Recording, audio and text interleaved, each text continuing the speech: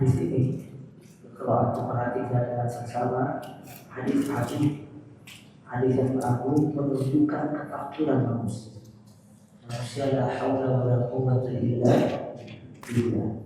Lihat hadis qudsi Allah berfirman, wahai hamba-hambaku kalian semuanya lapar, kecuali aku kasih makan, maka utamakan padaku. Wahai hamba-hambaku sesungguhnya kalian semuanya tersesat, kecuali aku kasih hidayah, maka mintalah hidayah kepadaku. Wahai hamba-hambaku semuanya kalian telanjang bulat, kecuali aku beri pakaian, maka mintalah pakaian kepadaku. Sampai kata Allah Azza wa Jalla, wahai hamba-hambaku, innakum tukhti'una bil-laili wan-nahar. Kalian ini berbuat dosa siang dan malam. Wa ana aghfiru dzunuba jami'an. Dan aku mengampuni semua dosa. Fastaghfiruni, maka minta ampun kepadaku. Aghfir lakum, aku ampuni kalian. Ya. Al-Ibnu Taimiyah rahimahullah, kalau orang berbuat dosa, maka dia telah melakukan perbuatan yang dilakukan oleh kakek yang pertama kali. Siapa? Adam alaihissalam. Maka dosa ini kalau dia kembali kepada Allah, itu bisa menjadi kebaikan. Kenapa? Karena senantiasa beristighfar kepada Allah. Kadang-kadang dosa itu membuat hamba bisa kembali kepada Allah jauh sebelum dia tidak berbuat dosa kepada Allah. Kemudian dia Allah Ta'ala menjelaskan tentang kekuasaan. Kata Allah Azza wa Jalla, wahai hamba-hambaku, kalau seandainya orang pertama kalian dan akhir kalian, mereka manusia dan jin, mereka semua dalam keadaan ketakwaan yang sama semuanya ketakwaan luar biasa sama. Kata Allah Azza wa Jalla, ma naqasa min mulki syai'an. Itu tidak mengurangi kekayaanku, tidak menambah kekayaanku sedikit pun. Begitu juga sebaliknya, kalau dari pertama kalian, akhir kalian, jin kalian, manusia kalian, di atas kejahatan dan kebejatan yang sama semuanya, maka itu tidak mengurangi kekuasaanku sedikit pun. Di sini yang kita harus ketahui ya, kita beribadah kepada Zat yang kalau kita masuk surga tidak menambah kekayaan, dan kalau kita masuk neraka alhamdulillah tidak mengurangi kekayaannya sama sekali. Kita masuk surga kebaikan buat kita, masuk neraka keburukan buat kita. Allah Ta'ala tidak diberikan untung dan tidak diberikan rugi dengan apa yang kita dapatkan. Kalau seorang hamba tahu dia beribadah kepada Zat yang Maha Kaya, dia hidup pada hambanya, dia harus dulu hati-hati dengan Allah. Jangan dia sombong dengan jangan dia angkuh. Jangan merasa besar dengan apa yang dia beri. Karena kalau dia dimasukkan ke neraka Allah, Allah tidak rugi sama sekali. Dan kalau dia dimasukkan ke surga, tidak menambah kekayaan Allah. Maka lihat yang hadis kata Allah Azza wa Jalla, ya ibadi, innama hiya a'malukum. Wahai hamba-hambaku, ini amalan kalian, bukan milikku. Uhsiha lakum, aku hanya menyimpannya untuk kalian. Faman wajada khairan, nanti barang siapa yang menemukan amalannya kebaikan, alhamdulillah, maka dia memuji Allah. Kenapa dia memuji Allah? Karena Allah kasih hidayah ke dia bisa berbuat baik. Waman wajada khairan dzalik, barang siapa yang menemukan amalan yang tidak baik, jangan ada yang dia salahkan kecuali dirinya sendiri. Karena di awal hadis Allah Ta'ala berfirman, aku mengharapkan atas diriku. Allah tidak zalim. Allah telah jelaskan semuanya. Ini jalan surga, ini jalan neraka. Ini para nabi, para rasul, ini syaitan dan iblis. Ya, Allah berikan manusia dua jalan. Tafadhal antum, ini jalan yang mana? Ya. Maka manusia menempuh jalannya syaitan, menempuh jalannya iblis. Kata Allah, wala yahmanna illa nafsa. Jangan dia salahkan kecuali dirinya sendiri. Kenapa dia tempuh jalan tersebut? Maka di sini anjuran seorang hamba mesti memiliki dulu penghinaan diri kepada Allah. Dia hinakan dirinya di hadapan Allah, karena Allah tidak tunduk kepada dia. Kalau dia tidak berbuat apa-apa, maka yang merugi dia sendiri. Maka terus dia meminta hidayah kepada Allah, terus meminta taufik kepada Allah Azza wa Jalla. Ya subhanallah, sebagian hamba-hamba Allah di bulan Ramadan dikasih hidayah oleh Allah.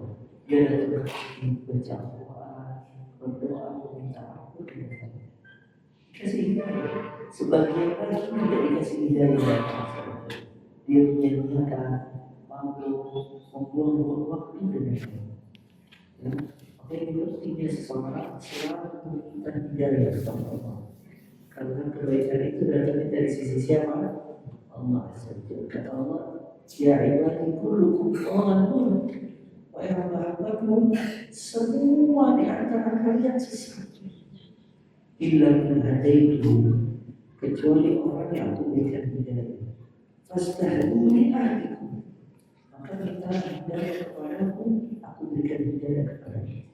Ya subhanallah, Nabi sallallahu alaihi wasallam berdoa, Allahumma ahdi fir'aun, ya Allah berikan hidayah kepada salah satu dari dua rumah. Umar bin Khattab dan Umar siapa? Abu Jahal itu namanya siapa? Umar bin Hisham. Abu Jahal itu dia orang yang paling ditokohkan di bangsa Arab pada saat itu, dan orang yang paling memiliki kedudukan yang tinggi pada saat itu, dan orang yang memiliki sosial yang sangat kuat pada saat itu, yang ditokohkan, yang diagunkan, yang ditakutkan, penuh di bawah, sosialnya kuat. Semua orang tunduk dengan Abu Jahal.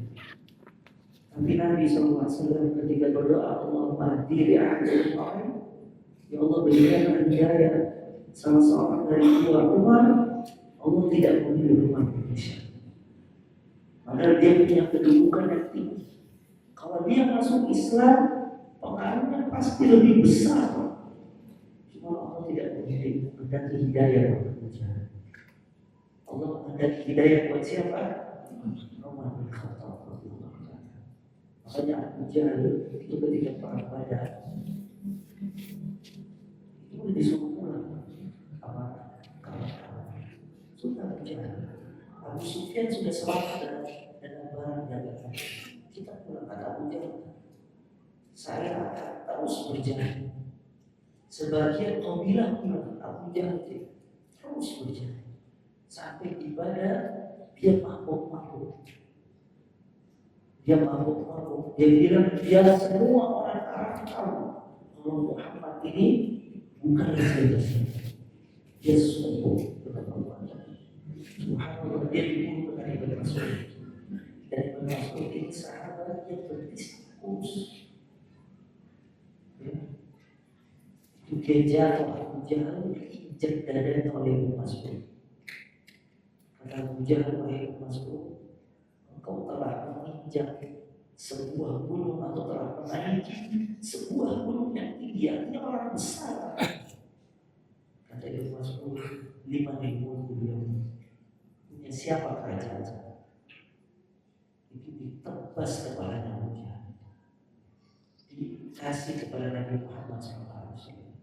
Kata Nabi Muhammad SAW, ini Abu Jahal Fir'aun Nabi, Fir'aun yang mati. Lihat, orang yang punya kedudukan terpandang tidak dikehendaki hidayah Allah, sampai wafat dalam keadaan hukum dan dinyatakan oleh Nabi Fir'aun mati. Ya, dia Abu Thalib. Abu Thalib ini papanya Nabi SAW, membela dakwah Nabi mati-matian. Sampai Nabi SAW, sampai Abu Thalib suatu saat gak gelap dengan kelakuan orang Arab Quraisy. Maka sebentar dia lemah, dia datang kepada Nabi SAW. Kata dia, Muhammad, kenapa kau tidak tinggalkan aja dakwah? Kenapa tidak tinggalkan?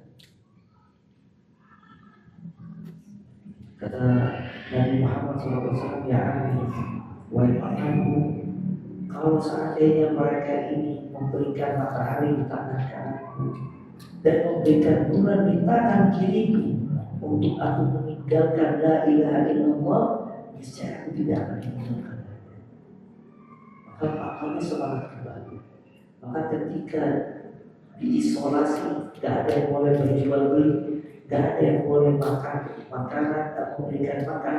Sampai dikatakan sahabat mau makan makanan hijau-hijauan seperti hewan dan kotorannya itu seperti kotoran hewan karena tidak ada asupan makanan yang masuk dari hijau-hijauan. Abu Thalib ikut diisolasi.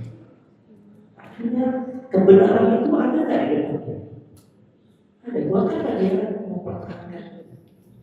Namun di akhir hayatnya Abu Thalib didakwakan oleh Nabi SAW. Kata Nabi Muhammad SAW, ya benar dari Allah.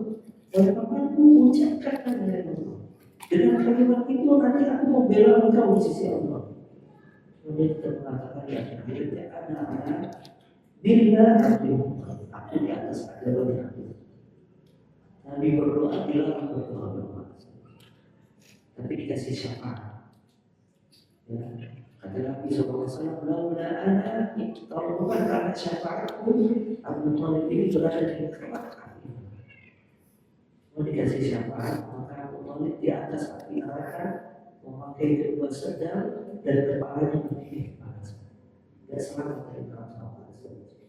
Dari berkata rahimahullah, beliau menukil syairnya Abu Thalib di akhir. Tidak artinya kata Abu Muhammad, aku mengakui agama yang kau bawa adalah agama yang paling terbaik. Laula al-hajjah, kalau bukan karena rasa gengsiku, niscaya kau akan melihatku memeluk agama baru. Kedikasih dia adalah padahal dia telah membela dakwahnya Nabi Muhammad SAW. Lihat Ibnu Sina. Ibnu Sina pakar kesehatan pada zaman. Dia tahu ilmu kedokteran, dia tahu ilmu medis, bahkan ilmu dia dipakai oleh orang yang meneliti ilmu medis. Tapi dengan kecerdasannya, dia tidak tahu siapa Tuhan yang Allah saja. Ibnu Sina termasuk orang yang mengingkari adanya Allah SWT. Dia tahu kecerdasan seseorang, kedudukan sosial seseorang, orang yang bergerak di bidang kebaikan tidak menjamin mendapatkan dari Allah. Kadang-kadang Bilal, siapa Bilal? Seorang budak yang disiksa mendapatkan hidayah. Ammar bin Yasir, budak yang keluarganya disiksa hingga mati mendapatkan hidayah. Suhaib bin orang fakir dapat hidayah. Orang-orang fakir yang tidak dipandang oleh orang Arab pada saat itu, dia mendapatkan hidayah. Sedangkan orang-orang besar yang hidup di zaman Nabi SAW, orang yang cerdas dan seterusnya tidak tersentuh hidayah. Maka Nabi yang bikin doa akhirnya semua yang tersesat jadi orang maka dari hidayah kepada ahli itu niscaya akan memberikan hidayah sampai bila ini disiksa aku takut sama Allah yang kasih bahan yang besar disuruh kufur. Bila berkata ahad Tuhan dan Allah, Tuhan dan Allah. Abu Bakar datang dimerdekakan oleh masuk Islam dan baik Islam yang ikut perang dan tiga Nabi SAW berkata kepada dia seorang budak. Budak itu budak yang Abu Bakar sampai zaman Khalifah Abu Bakar baru dimerdekakan oleh Abu Bakar. Tapi Nabi SAW berkata kepada Bilal, ya Bilal, dibahasa bakal Bilal. Wahai Bilal, kenapa kau mendahulukan aku masuk surga? Fa'inni sami'tu khashyataka. Aku mendengar suara sedang kamu di surga. Subhanallah. Bila seorang budak terdengar suaranya, suara terlemparnya di surga. Budak dipandang sebelah mata, disiksa habis-habisan oleh tokoh Quraisy Umayyah bin Khalaf. Tapi diangkat derajatnya oleh Allah hingga suara terlepaskan terdengar. Kata ya Rasulullah, maka juga aku tidak sholat, aku tidak azan kecuali setelah sholat zuhur, dan tidak akan hadas kecuali aku langsung berdiri. Maka Nabi SAW dihadas karena ini terdengar suara Allah. Maka ada perkataan subhanallah sangat bagus. Al-jannah liman taqwa walau kana 'abdan hasyia wa nar liman 'asa walau kana sayyidan Quraisy. Surga ini bagi orang yang bertakwa walaupun budak sahaya dari Habasyah, atau tidak budak kita. Wa nar liman 'asa, dan mereka yang buat yang bermaksiat walau kana sayyidan Quraisy, walaupun tokoh terangkat dari suku. Kita mohon kepada Allah Azza wa Jalla agar Allah memberikan kepada kita hidayah dan taufiknya, memberikan kepada kita keikhlasan yang dalam perkataan dan perbuatan. Dan kita mohon kepada Allah Azza wa Jalla agar Allah menjadikan kita orang yang berpuasa tiap karena Allah, ikhlas, mengharapkan ridhonya dan pahala dari sisi Allah. Dan kita mohon kepada Allah Azza wa Jalla, Allah terima puasa kita, Allah terima bacaan doa kita, Allah terima sedekah kita, Allah terima kebaikan kita, Allah terima semua kita lakukan dari kebaikan, Allah jawab semua ijabah, Allah ijabah doa-doa kita, Allah sampaikan semua cita-cita dan harapan kita. Dan kita mohon kepada Allah Azza wa Jalla agar kita termasuk orang-orang yang diampuni dan dimaafkan oleh Allah juga mengampuni. Dan kita mohon kepada Allah Subhanahu wa Ta'ala, kita keluar dari belakang Allah, diampuni dosa kita, dirahmati oleh Allah, diperbaiki iman kita, dijadikan kita hamba-hamba yang saleh, dipanjangkan usia kita di atas ketaatan, dijauhkan dari semua bala, semua ujian dan semua maksiat, dan kita diwafatkan di atas husnul khatimah dan diselamatkan dari su'ul khatimah, dimasukkan oleh Allah bersama keluarga kita dan orang tua kita ke surga Firdaus yang paling tinggi, dibarangkan dulu bersama Nabi Muhammad Sallallahu Alaihi Wasallam, dan diselamatkan dari api neraka. Amin amin ya rabbal alamin. Subhanallah wa bihamdihi, asyhadu an la ilaha illa anta, astaghfiruka wa atubu ilaik. Wassallallahu ala Muhammad wa ala alihi wa sahbihi. Wassalamualaikum warahmatullahi wabarakatuh.